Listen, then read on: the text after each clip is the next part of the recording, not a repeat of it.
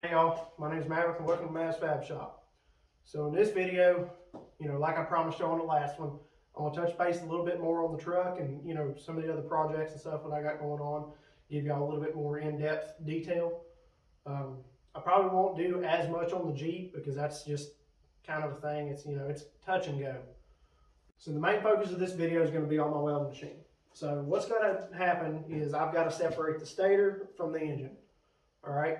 And to do that, the way I've been told to do this by a good friend of mine, he's gone through several welding machines. He's very good at it.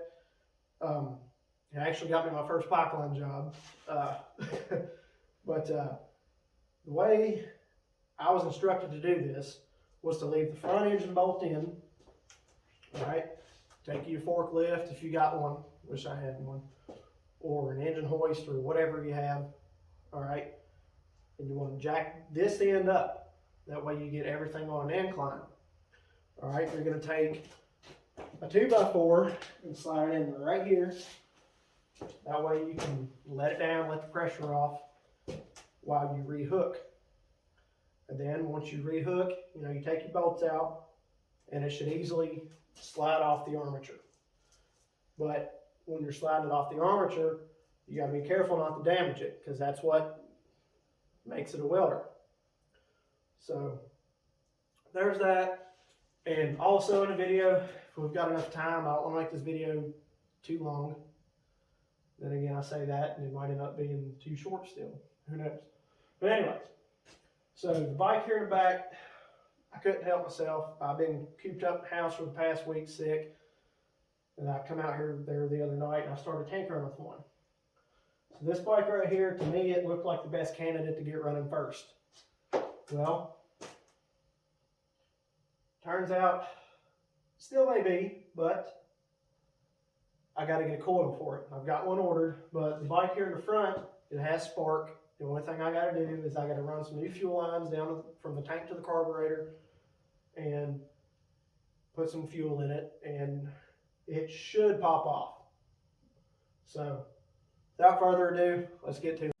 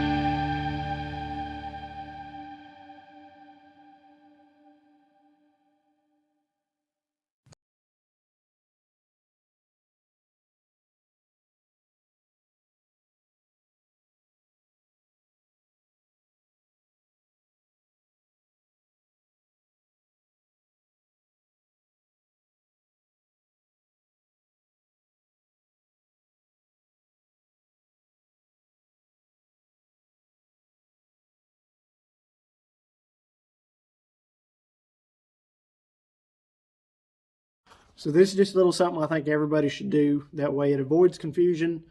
If you're going to have something apart for longer than a couple hours or a day or whatnot, is label all of your wiring, okay? So as you see here, I've got Gov 1, Gov 2, Gov 1, and Gov 2, because this goes to your, I think it's called your governor. I don't remember. Don't quote me on it. Correct me if I'm wrong. And then I've got your ground wire here labeled. And I just said at the mag because that's where I know where it goes. Doing this can save you a lot of time and a lot of headache, because if you don't know where something goes, you're going to be chasing down. It's like, okay, well, this goes here, that goes there, but where does this go? I don't remember where this goes. And by labeling it, you eliminate that issue.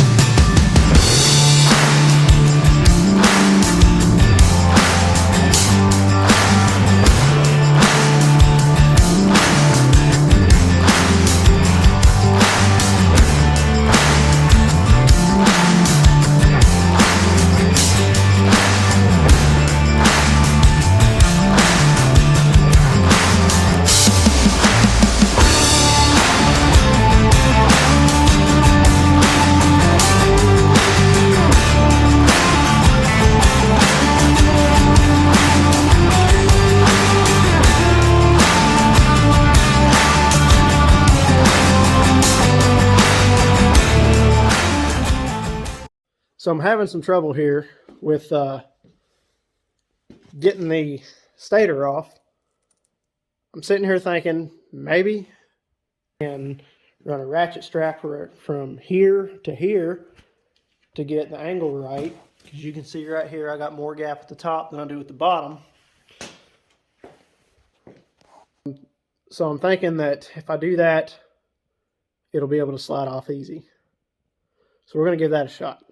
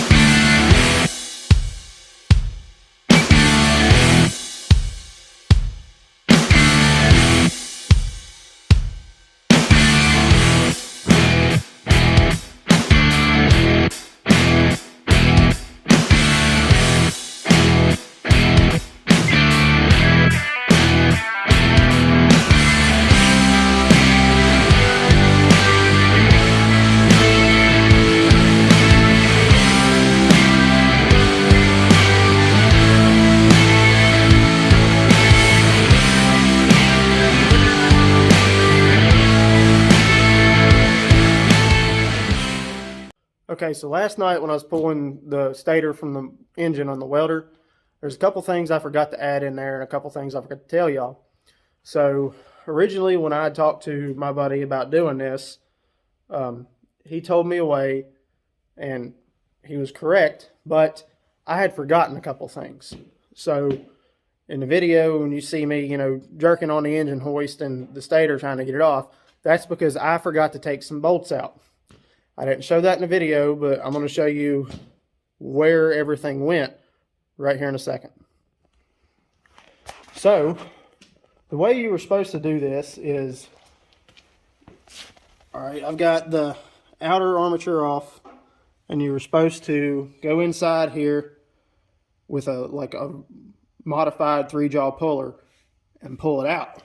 But I didn't have one. So what I did is, you see all these fins right here? Okay, well, these right here, they bolted in to this plate, just like that.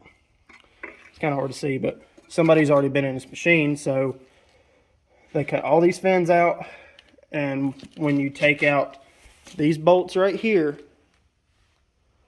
that allows you to remove the whole stator itself.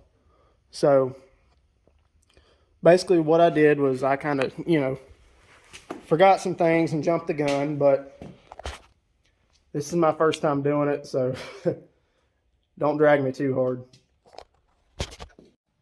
So now, like I said earlier on in the video, we're going to start turning our attention to the bike. This one over here, I probably won't do much on it for this video, but I think this one right here is the one that's going to be running first. So, get y'all in here real quick. But you can see, fuel line is not very good. So I got some new lines sitting on the bench over here, and I'll get y'all set up and we'll start tinkering with this.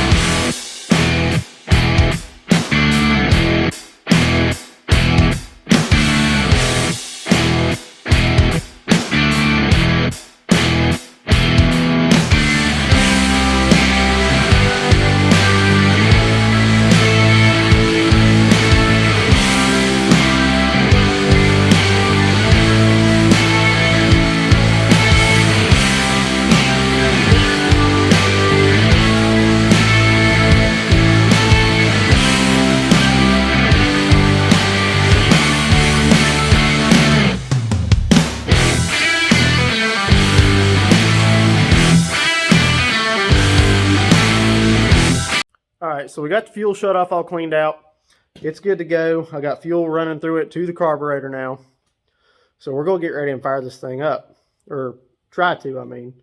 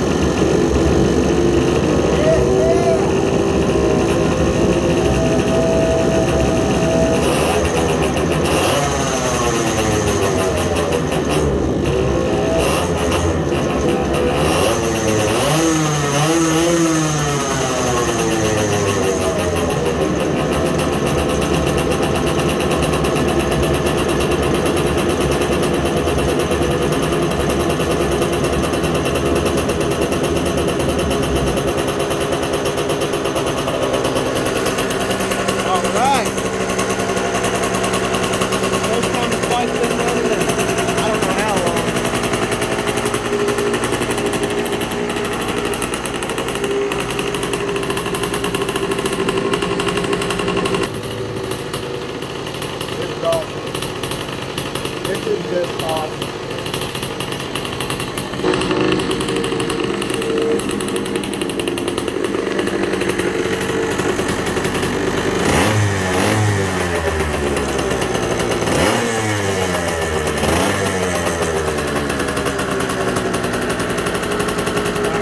Alright y'all, so as promised, I'm going to do a little bit on the truck. I'm going to show you, some of the things that I'm going to do to it here in the future, some of the things that I need to do to it to get it where I want it to be. So we'll go ahead and start on that. So since we're starting here at the front of the truck, this brush guard right here, I got it off of a boy that lives probably 15 minutes down the road from me. And I don't know, I've never heard of this brand before, but the brand is Strom's Incorporated. And I've only seen one other brush guard like this, and it was on a black S10 that Junkyard Digs did a revival on. But one thing that has to be done is, I don't know how this got so bad with it being a Carolina truck, but that core support definitely needs to be fixed. I've got two sitting over here, you'll have to excuse the mess again, that I can actually cut and weld up together to make one good support. So the body's in pretty good shape, as y'all probably seen from the last video. One thing I done back over the summer, not long after I bought it, is I went through and I repainted everything from the cab back. I still got to do everything up in here. As you can see, everything's nice and painted, cleaned up. So I'm not really going to do a whole lot to the back of the truck because, well, there's nothing really to do. But inside here is my welding skid. This is another big project that I'm going to be doing on the channel. The part up front, that's where the welding machine's going to sit, and back here, this is going to be separate. I got to put my other fifth wheel rail in. That way I can mount this part of the skid to the fifth wheel rails. So after I figure out how I mount that, I can start putting everything on the skid. It's going to have a toolbox, it's going to have a place for my welding leads, a rod box, just about everything that I'm going to need to carry while I'd be out on a job site. So another cool thing,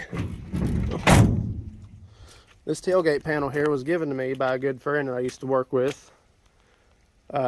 He took this off of his truck that he bought back in '91, And the reason why I took it off is because when Ford introduced the arrow nose, or the OBS as everybody calls it, everybody knows this went to black. So he's like, well, my truck's white, it's got gray interior. He said, I think the black stripe would look a lot better. So he pulled his panel off, stuffed it in the top of his barn, and when I bought this, he's like, I've got a tailgate panel for it. I was like, awesome.